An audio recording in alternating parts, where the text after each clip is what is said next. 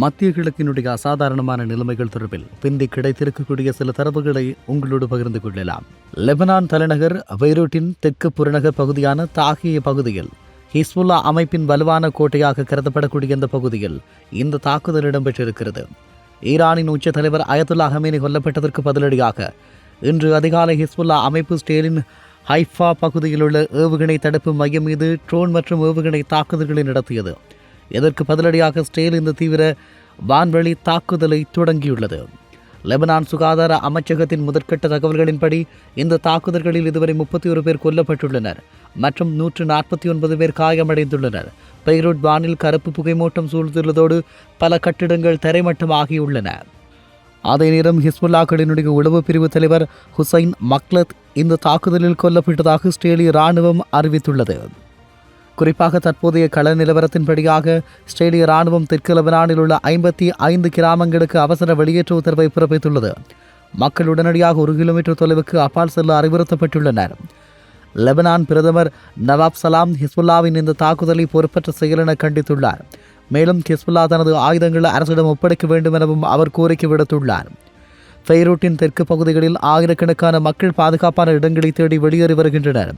பெய்ரூட்டில் உள்ள பள்ளிகள் தற்காலிகமாக அகதி முகாம்களாக மாற்றப்பட்டுள்ளன. 2024 ஏற்பட்ட போர்நிறுத்த ஒப்பந்தத்திற்கு பிறகு ஹிஸ்புல்லா மற்றும் இஸ்ரேல் இடையே நடக்கும் மிக தீவிரமான மோதல் இதுவாக கருதப்படுகிறது. அதே நேரம் இஸ்ரேல் ராணுவம் வெளியிட்டுள்ள சமீபத்திய அறிவித்தலின் பிரகாரம் ஈரான் நடத்திய ஏவுகணை தாக்குதல்களுக்கு பிறகு மக்கள் பாதுகாப்பான இடங்களிலிருந்து வெளியேறலாம் என தெரிவிக்கப்பட்டுள்ளது. இது குறித்த விரிவான சில தகவல்களை பார்க்கிற போது வான்வழி தாக்குதல் எச்சரிக்கைகள் முடிவுக்கு வந்ததை அடுத்து மக்கள் பதுங்கு குழிகளிலிருந்து வெளியே வரலாம் என இராணுவம் அறிவித்துள்ளது. இருப்பினும் எப்போதும் தயார் நிலையில் இருக்குமாறும் புதிய எச்சரிக்கைகள் வந்தால் உடனடியாக திரும்புமாறும் அறிவுறுத்தப்பட்டுள்ளது. இன்று காலை ஹோலோன் நகரில் புதிய பதுங்கு குழிகள் அமைக்கப்பட்ட சில நிமிடங்களிலேயே ஈரானிய ஏவுகணை எச்சரிக்கை காரணமாக மக்கள் அங்கு தஞ்சமடைந்தனர். நேற்று ஒரு பதுங்கு குழி நேரடியாக தாக்கப்பட்டதில் 9 பேர் உயிரிழந்துள்ளனர். இது குறித்து இன்று நடத்திய ஆய்வில் அந்த பதுங்கு குழி தரமானதாக இருந்தும் 500 கிலோ வெடிபொருள் கொண்டு ஏவுகணை அதை ஊடுருவி தாக்கியதாக இராணுவம் தெரிவித்துள்ளது. ஈரானின் ஏவுகணை தாக்குதல்களால் இதுவரை இஸ்ரேலில் 11 பேர் கொல்லப்பட்டுள்ளனர். டெல் அவீவ், எருசலேம் மற்றும் பெய்ட் ஜெஸ்மே ஆகிய இடங்களில் நேரடி தாக்குதல் பதிவாகியுள்ளது. அமெரிக்கா மற்றும் இஸ்ரேல் நடத்திய ஆபரேஷன் எபிக் பியூரி தாக்குதல்களில் ஈரானில் இதுவரை 555 பேர் கொல்லப்பட்டுள்ளதாக ஈரானிய ரெட் கிரசன்ட் உறுதிப்படுத்தியுள்ளது.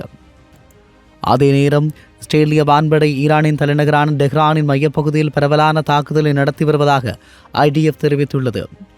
ஆரம்பகட்ட தாக்குதலில் ஈரானின் 49 முக்கிய தலைவர்கள் கொல்லப்பட்டுள்ளதாக அமெரிக்க ஜனாதிபதி டொனால்ட் ட்ரம்ப் அறிவித்துள்ளார். ஈரானின் உச்ச தலைவர் ஹமேனி ஏற்கனவே கொல்லப்பட்ட நிலையில் தற்போது ஈரானின் ஆட்சி அதிகாரத்தில் பெரும் குழப்பம் நிலவுகிறது. பஹ்ரைன், கத்தார் மற்றும் சவுதி அரேபியா ஆகிய நாடுகளும் ஈரானின் ஏவுகணைகளை வெற்றிகரமாக இடைமறித்து அளித்துள்ளதாக தகவல் கிடைத்துள்ளது. அதே நேரம் ஈரானிய படைகள் 500க்கும் மேற்பட்ட அமெரிக்க மற்றும் இஸ்ரேலிய இலக்குகளை தாக்கியுள்ளதாக கூறப்படுகிறது. போர் தீவிரமடைந்துள்ளதால் வளைகுடா நாடுகளில் சுமார் 5400க்கும் மேற்பட்ட விமானங்கள் ரத்து செய்யப்பட்டுள்ளன. லெபனானில் இன்று இஸ்ரேல் நடத்திய தாக்குதல் மற்றும் பாலஸ்தீன் இஸ்லாமிக் ஜிஹாத் அமைப்பின் தளபதி கொல்லப்பட்டது குறித்து கூடுதல் விவரங்களும் கிடைக்கப்பட்டுள்ளது. பாலஸ்தீன் இஸ்லாமிய ஜிஹாத் தளபதி ஒருவர் கொல்லப்பட்டிருக்கிறார். அத்கம் அத்னான் அல் ஒத்மான் என்று 41 வயதுடைய ஒருவரே கொல்லப்பட்டிருக்கிறார். இவர் பாலஸ்தீன் இஸ்லாமிய ஜிஹாத் அமைப்பின் ஆயுத பிரிவான அல் குத்ஸ் பிக்கெட் அமைப்பின் லெபனான் நாட்டுக்கான தலைமை தளபதி ஆவார். பெய்ரூட்டின் தெற்கு புறநகர் பகுதியில் தாகிய மீது இஸ்ரேல் நடத்திய வான்வழி தாக்குதலில் இவர் கொல்லப்பட்டதாக அந்த அமைப்பு அதிகாரப்பூர்வமாக அறிவித்துள்ளது. ஹிஸ்புல்லா அமைப்பு வட இஸ்ரேல் மீது ஏவுகணைகளை வீசியதற்கு பதிலடியாக இஸ்ரேலிய வான்படை லெபனான் முழுவதும் 70க்கும் மேற்பட்ட ஹிஸ்புல்லா இலக்குகளை தாக்கியுள்ளது. இதில் ஹிஸ்புல்லாக்களின் ஆயுத கிடங்குகள், ஏவுகணை ஏவுந்தளம் மற்றும் செயற்பாட்டு மையங்கள் அடங்கும். லெபனானின் சுகாதார அமைச்சகத்தின் தரவுகளின்படியாக இந்த தாக்குதலில் சுமார் 31 பேர் கொல்லப்பட்டுள்ளனர் மற்றும் 149 பேர் காயமடைந்துள்ளதாக சொல்லப்படுகிறது. ஈரானின் உச்ச தலைவர் அயத்துல்லா ஹமேனி கொல்லப்பட்டதற்கு பழிவாங்கும் நடவடிக்கையாக இந்த தாக்குதலை நடத்தியதாக ஹிஸ்புல்லா கூறியுள்ளது. இஸ்ரேலின் ஹஃபா அருகே உள்ள மிஸ்ர் அல் ஹர்மல் ஏவுகணை தடுப்பு தளத்தை இலக்கு வைத்து ட்ரோன் மற்றும் ஏவுகணை ஹிஸ்புல்லா ஏவியது. அமெரிக்க தூதரகம் லெபனானில் உள்ள தமது குடிமக்களை இப்போதைய வெளியேறுங்கள் என எச்சரித்துள்ளது. வணிக ரீதியிலான விமானங்கள் இன்னும் இயக்கப்படும் நிலையில் இந்த வாய்ப்பை பயன்படுத்திக் கொள்ளுமாறு அறிவுறுத்தப்பட்டுள்ளது.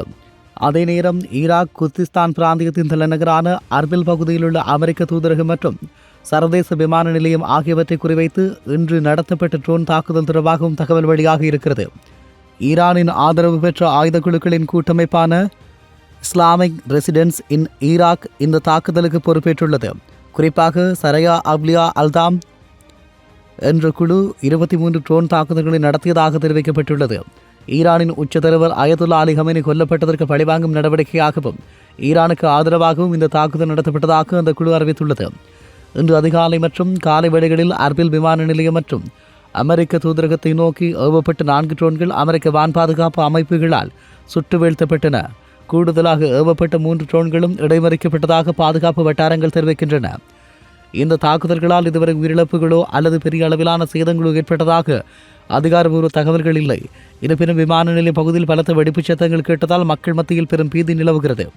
அதே நேரம் ஈராக் அரசு மற்றும் அரசியல் தலைவர்கள் இந்த வளர்ச்சியை மிகவும் ஆபத்தானது என கருதுகிறார்கள்.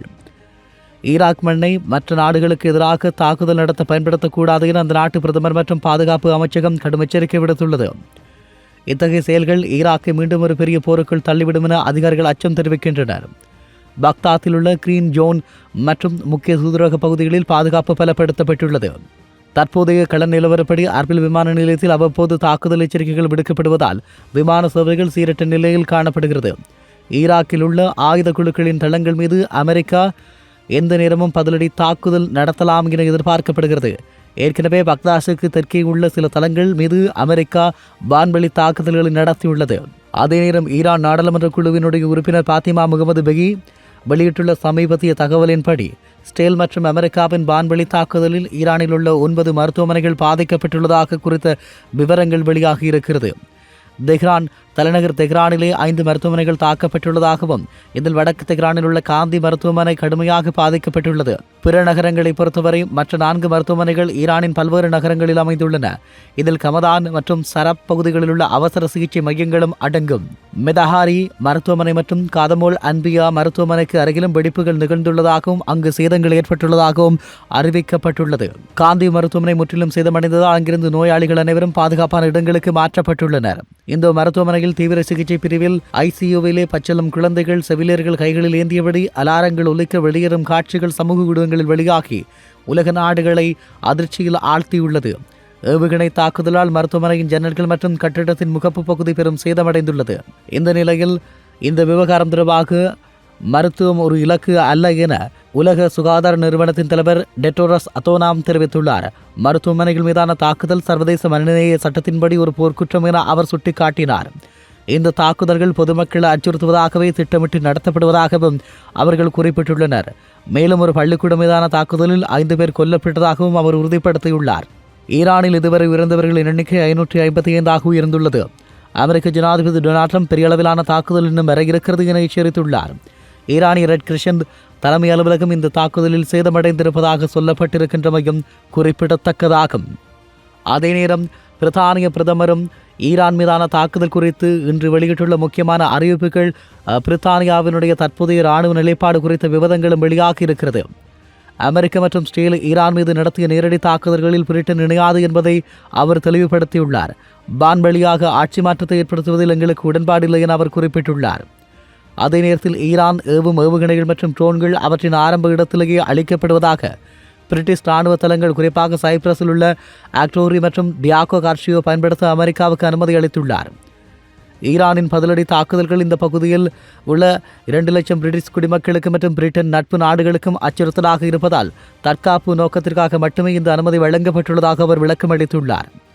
2003 ஈராக் போரின் போது செய்த தவறுகளில் இருந்து பிரிட்டன் பாடம் கற்றுக்கொண்டதாகவும் அதனால்தான் இந்த தாக்குதலில் நேரடி பங்கேற்காமல் தற்காப்பு நடவடிக்கையில் மட்டும் கவனம் செலுத்துவதாகவும் அவர் நாடாளுமன்றத்தில் குறிப்பிட்டுள்ளார்.